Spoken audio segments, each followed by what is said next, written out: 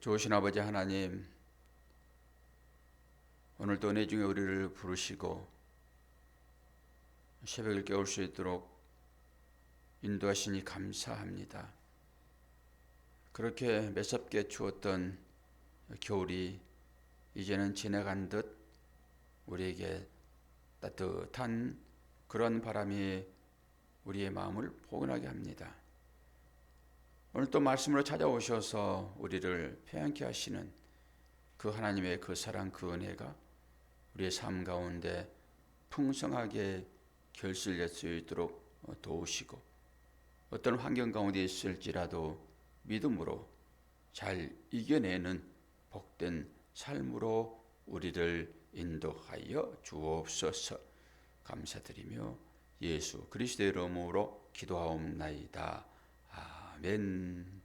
하나님 말씀 시편 126편입니다.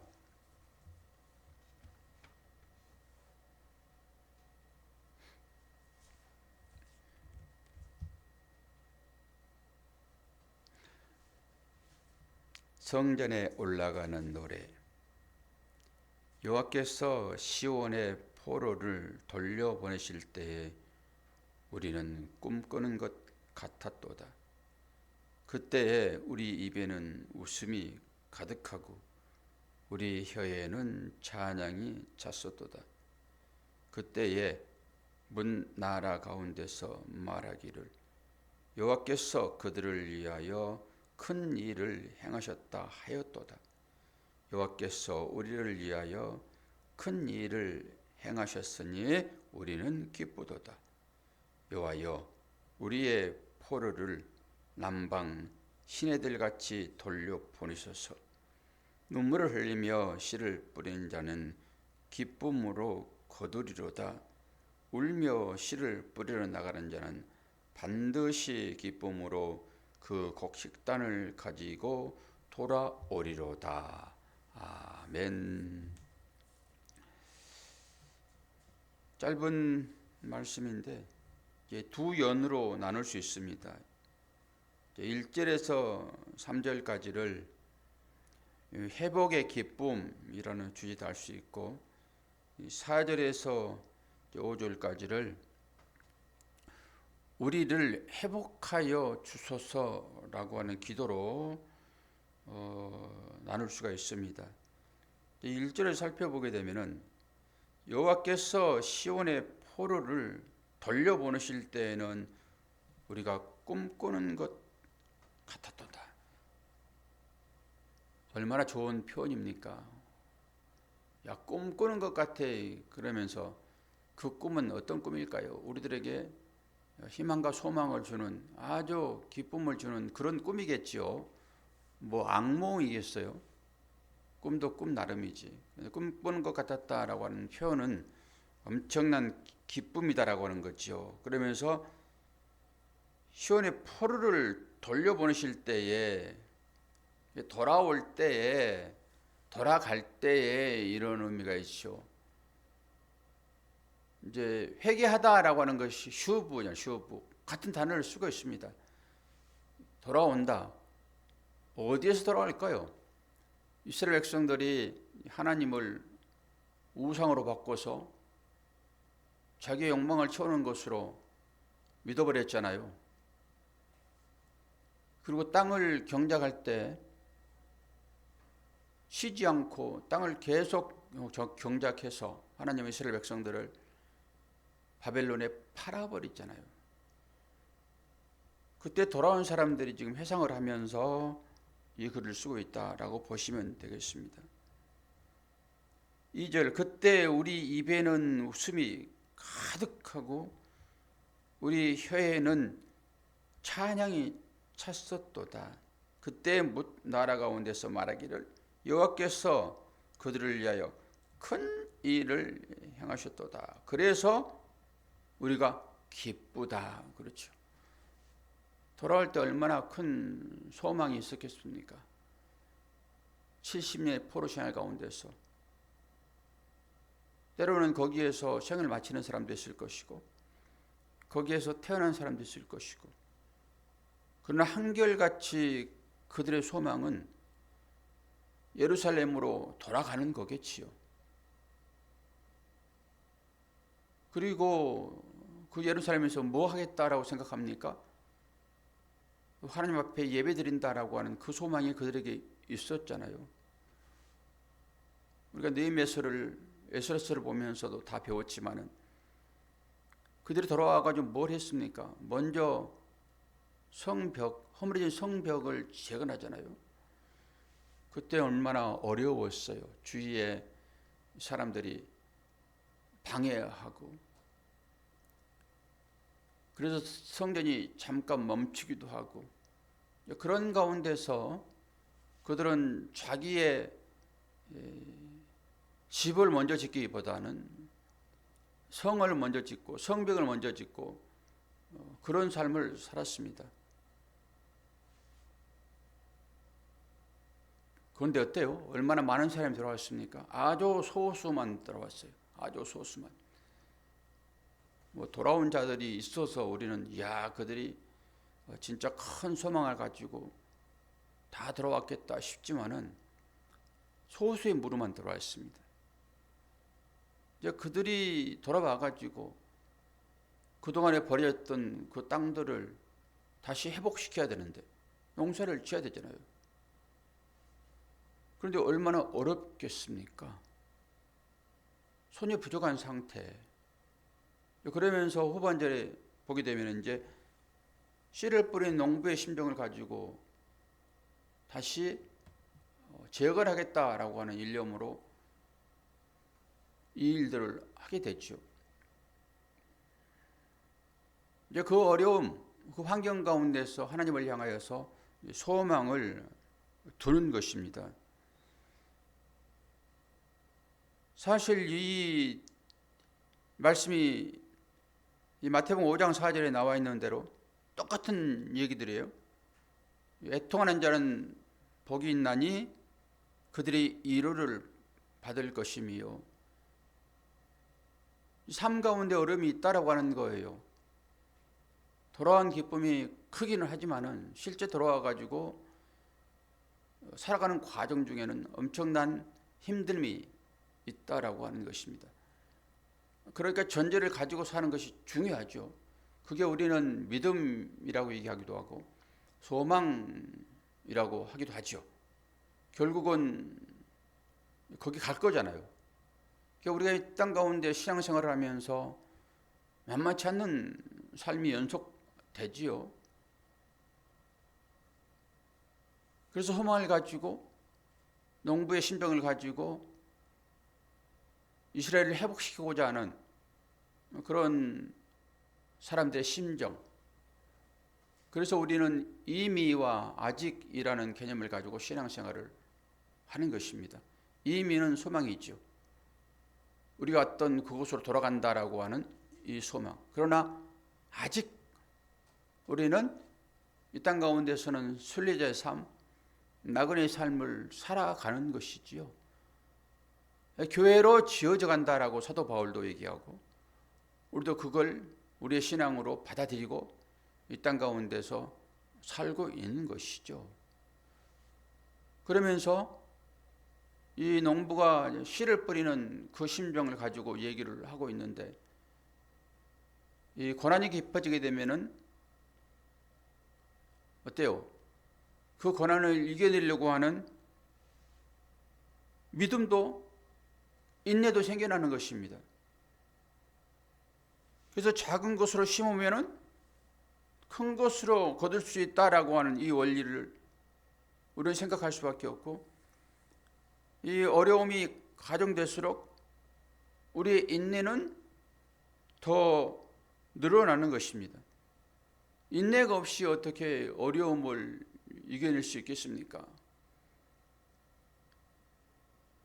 인내는 쓰다, 그러나 그 열매는 달다, 이런 말도 있잖아요.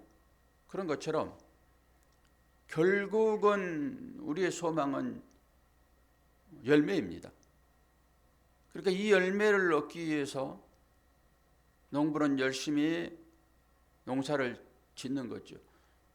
열매가 없는 그런 농사가 무슨 의미가 있겠습니까?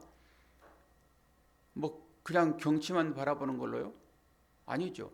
아무리 작은 열매일지라도 그 열매를 위하여 농부는 일을 하는 것입니다.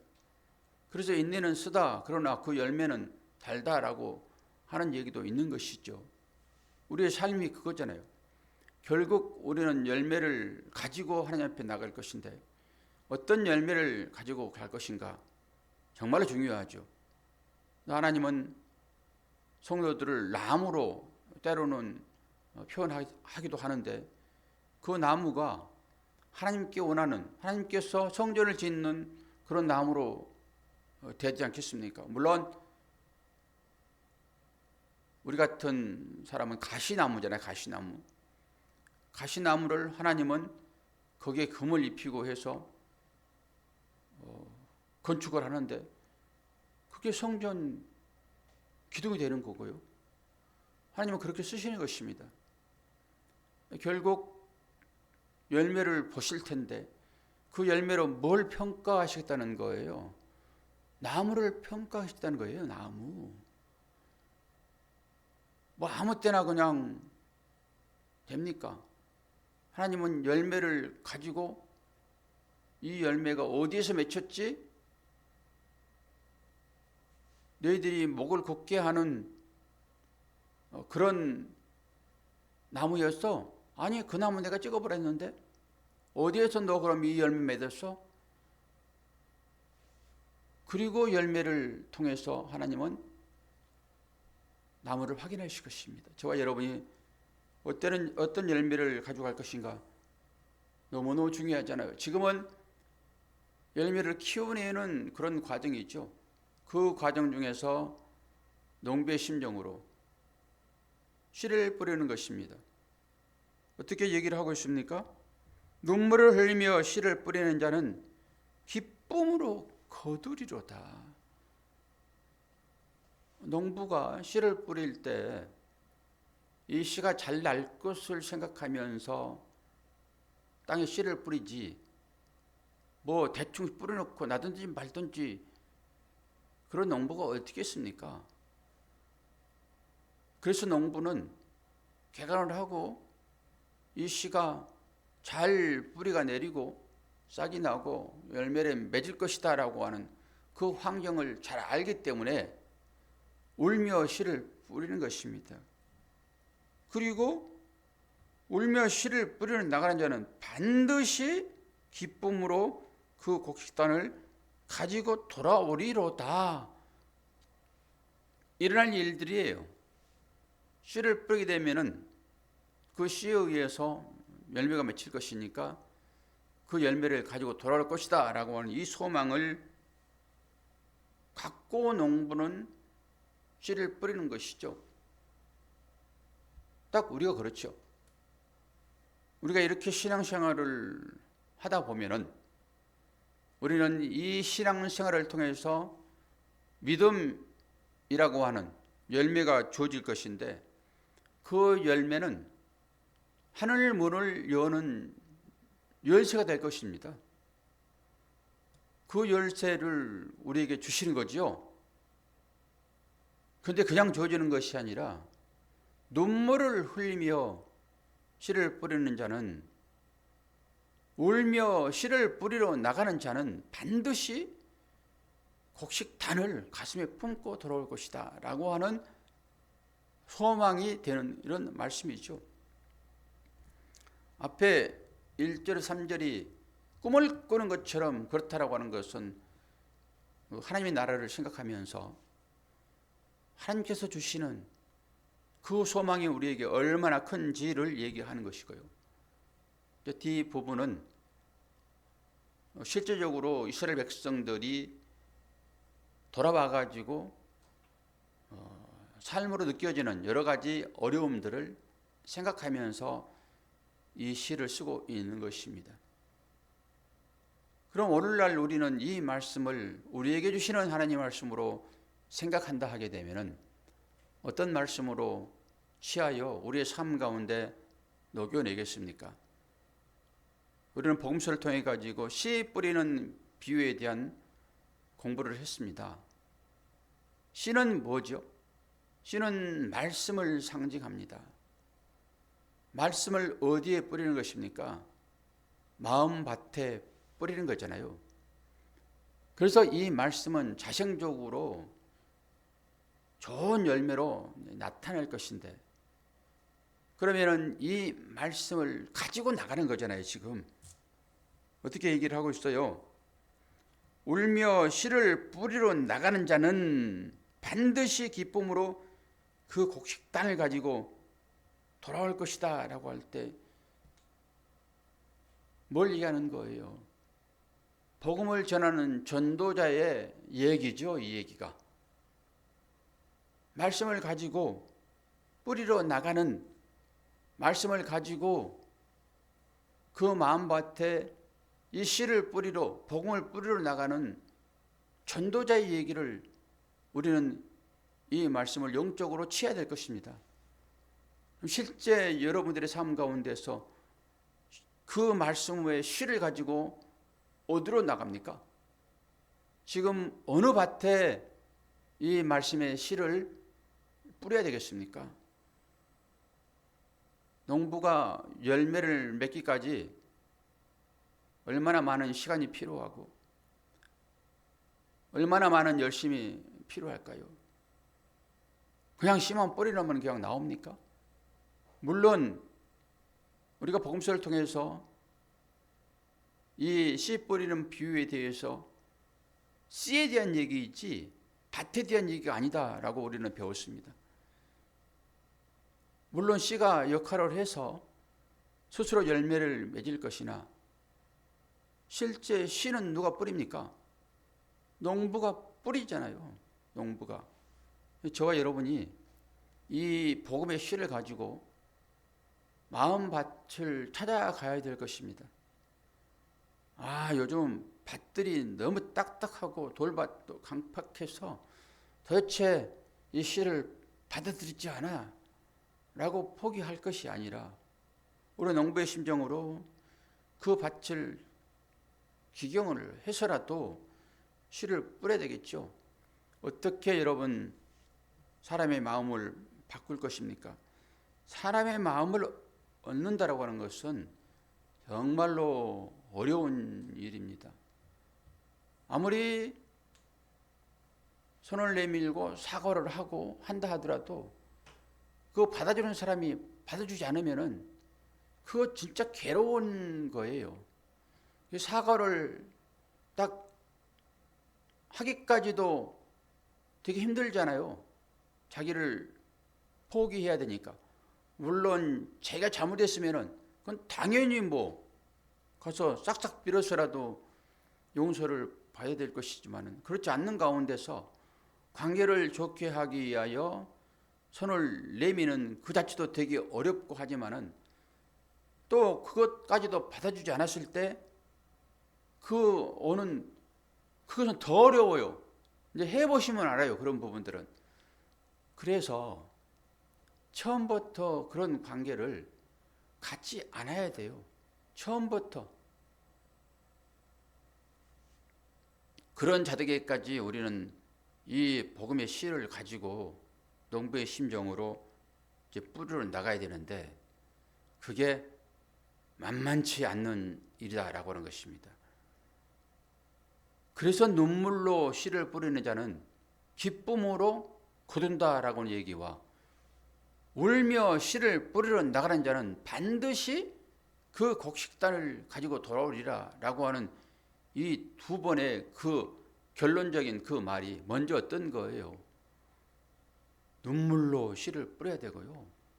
울며 씨를 뿌리는 그런 환경 가운데 우리가 놓여 있다.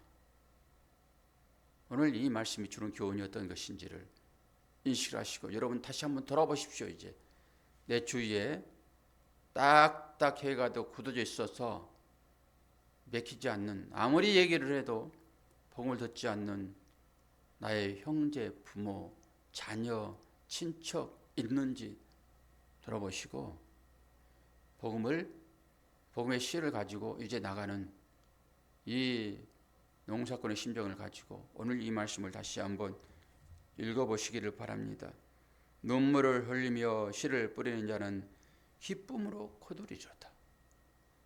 울며 씨를 가지고 나가는 자는 반드시 그 곡식단을 하나로 안고 돌아올 것이다. 전제가 뭐예요?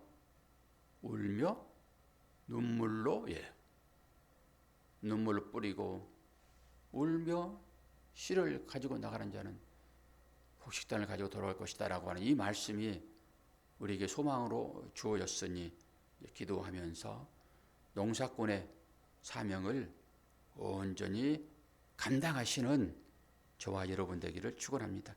기도하겠습니다. 아버지 하나님, 눈물로 씨를 뿌리는 자는 기쁨으로 거둘 것이고 울며 씨를 뿌리러 나가는 자는 반드시 곡식단을 하나를 안고 돌아올 것이다 라고 하는 소망으로 이 말씀을 받습니다. 우리 주에 아직도 하나님을 알지 못하여 이 세상 가운데서 세상의 재물로 소망을 삼고 살아가는 수많은 사람들이 있는데, 우리처럼 하나님의 나라를 소망으로 삼고 살아가도록 그들에게 생명을 나눠줄 복음을 가진 자 되었으니 이제는 그들에게 찾아가 농부의 심정으로 씨를 뿌리는 그 농부의 심정으로 전도하는 우리 삶이 될 수 있도록 은혜 허락하여 주옵소서. 육체의 연약함 때문에 고난당하고 있는 우리 형제들이 있고 아무리 열심히 손을 놀려도 물질이 차지 않아 고난 가운데 있는 우리 형제들도 있습니다. 어떤 환경 가운데 있을지라도 기도하게 하시고 기도할 때 응답하시는 그 주님의 큰 사랑 경험하도록 축복하여 주옵소서. 오늘도 함께 하심을 감사드리며 예수 그리스도의 이름으로 기도하옵나이다. 아멘.